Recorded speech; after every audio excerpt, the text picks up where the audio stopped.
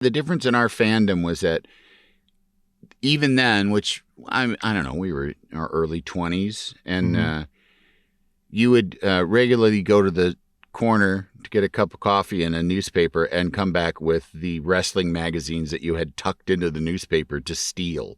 Yeah. So we had wrestling magazines all over the house, but he never paid for one of them. He just This is true. Yeah. You put Bill Apter out of business. It was you personally. Yeah. That was part of his general sort of like, like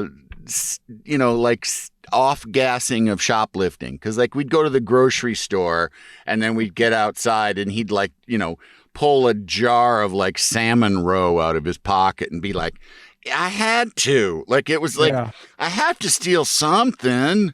Well, yeah, I've come to terms a little bit with that as I've gotten older. I think it's, when you're into comedy, it's like, you're always pointing out incongruous stuff. So that's kind of like there's a similarity between a criminal mind and a comedic mind. I'm rationalizing my. Oh, you sure are. Absolutely.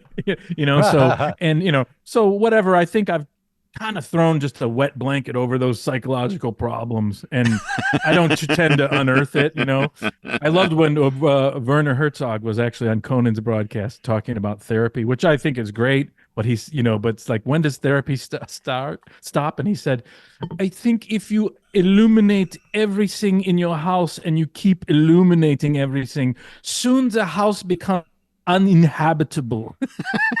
So that's how I feel about some of that. Like, let sleeping dogs slide.